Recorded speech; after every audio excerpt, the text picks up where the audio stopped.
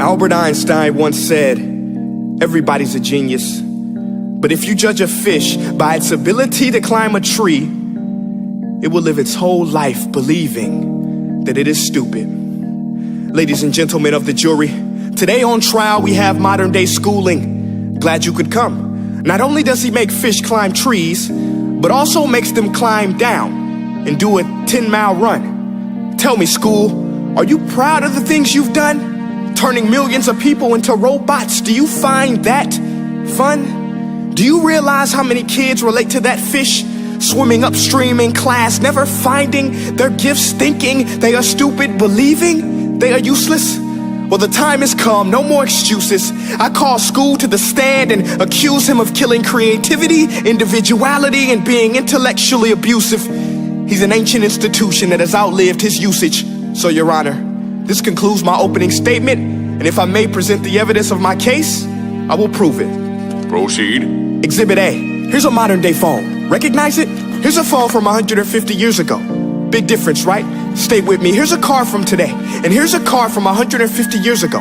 Big difference, right? Well, get this. Here's a classroom of today, and here's a class we used 150 years ago. Now, ain't that a shame? In literally more than a century, nothing has changed.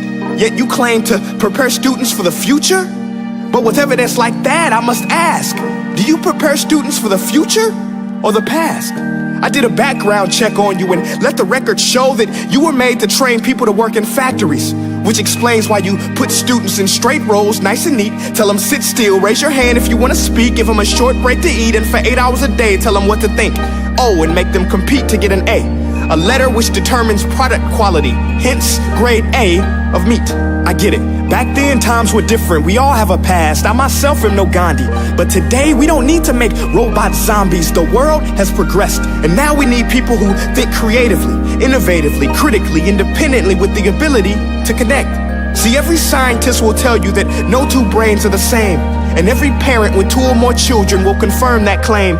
So please explain why you treat students like cookie cutter frames or snapback hats, giving them this one-size-fits-all crap. Watch your language. Sorry, Your Honor, but if a doctor prescribed the exact same medicine to all of his patients, the results will be tragic. So many people would get sick, yet when it comes to school, this is exactly what happens. This educational malpractice, where one teacher stands in front of 20 kids, each one having different strengths, different needs, different gifts, different dreams, and you teach the same thing the same way?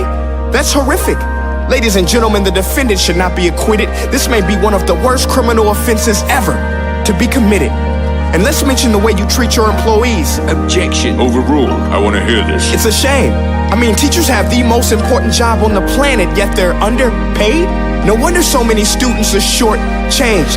Let's be honest, teachers should earn just as much as doctors, because a doctor can do heart surgery and save the life of a kid, but a great teacher can reach the heart of that kid and allow him to truly live.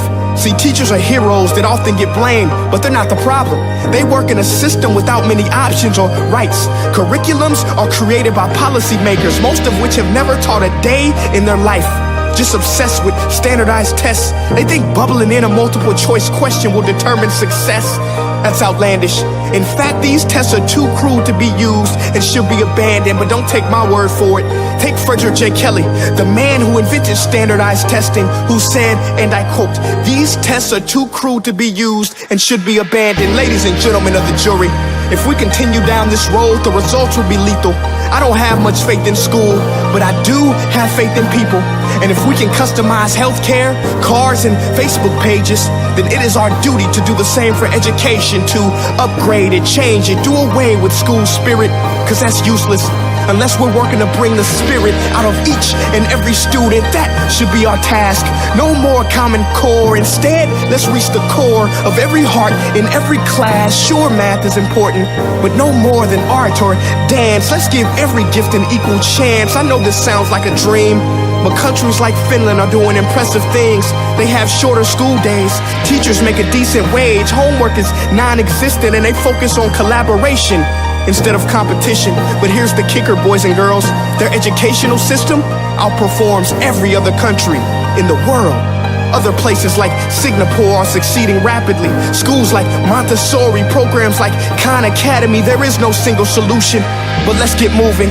Because while students may be 20% of our population, they are 100% of our future. So let's attend to their dreams, and there's no telling what we can achieve. This is a world in which I believe, a world where fish are no longer forced to climb trees. I'll rest my case.